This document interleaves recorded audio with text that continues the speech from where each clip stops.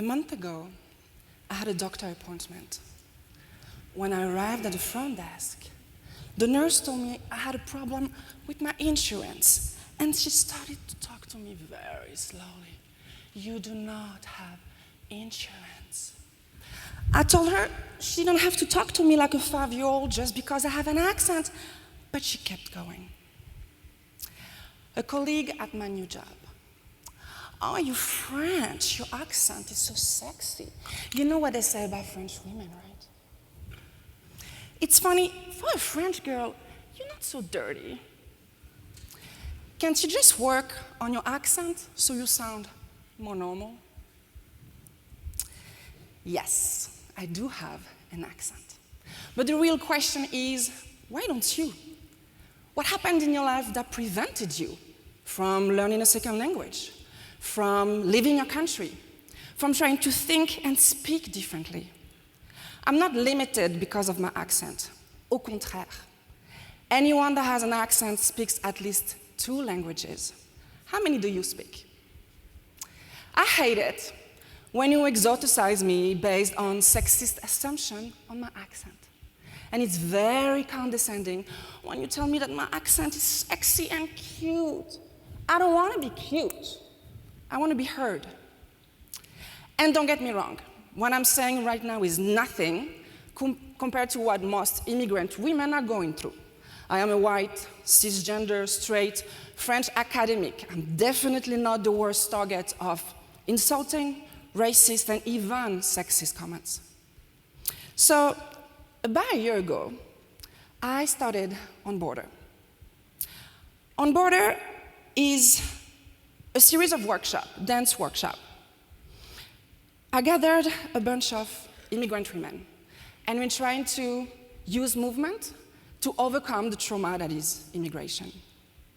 Why do I only work with women?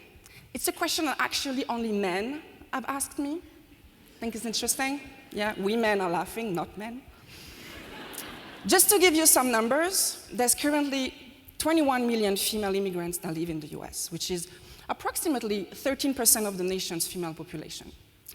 In general, female immigrants are less likely than US-born women to access managerial positions, even though 1 in 4 actually earned a degree prior coming to the US, but it's not recognized in this country. Female immigrants are also less likely than US-born women to have health insurance coverage. You do not have insurance. Why movement? Why do I work with movement? In On Borders, we work on something that we call the memory of the body. Because the body remembers, differently than the brain, but it does remember. And sometimes the words are so saturated and charged that it's not enough anymore. And that's when movements take over. So what we do in On Borders is really trying to use movements to work on this memory of the body.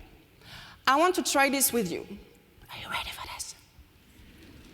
Imagine the last time you went through a border or you went through a security checkpoint at the airport, right? I'm going to ask you a question. What movements represent your physical relationship to that crossing, to that border, right? Think about it. Physical relationship to it. Yolanda, she's a woman from the Philippines. Her movement was this one, right? If you went to the airport recently, you went through this like glass, this machine, and you have to just do this. So that was her movement. But now repeat that movement over and over again, right? And it becomes this. One woman protecting other women. And the repetition is key here because the journey of an immigrant is one of repetition. Repeat your name, date of birth, country of origin over and over again, every year, in order to renew your visa, your allegiance to the country, etc. Now let me ask you another question. What movements represent your emotional relationship to the border? Not just physical anymore, emotional. It can be excitement, it can be fear, it can be feeling of hopelessness. Think about this, okay? Beta, she's a young woman from Iran. her movement was this.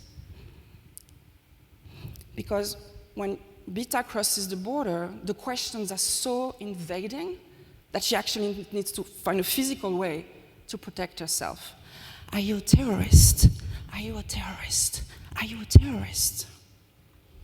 Now, when she did that movement during the workshop, the women came around her to build a protected shield. And what Beta said is that she felt this mass of women lifting her up.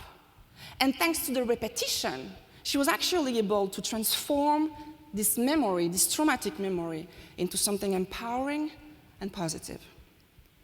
So why am I obsessing so much on the memory of the body? And why do I think the memory of the body is so heavy? I blame, in part, the medical terminology that are currently used in the media or in political discourses to talk about immigrants. Because yes, when we are called parasites, or that we are dirty, or that we infest the country, or that we bring tremendous infectious diseases to the US, it is profoundly traumatizing. And what we're trying to do in On Borders is to change that narrative that was forced upon us and to actually reclaim our right to be here. We are from Estonia, France, Ghana, India, Iraq, Iran, Uganda, Sweden, Israel, Palestine. We have an accent. We speak many, many languages. We are your immigrants, and those are our voices and our movements.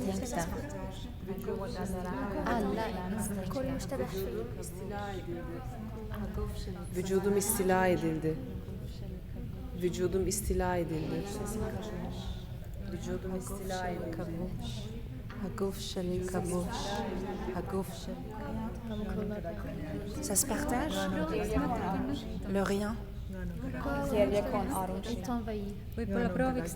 Ça se partage? Est-ce que ça se partage?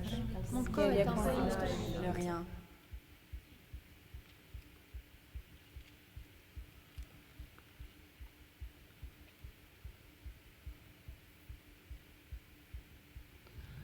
Why you're not so.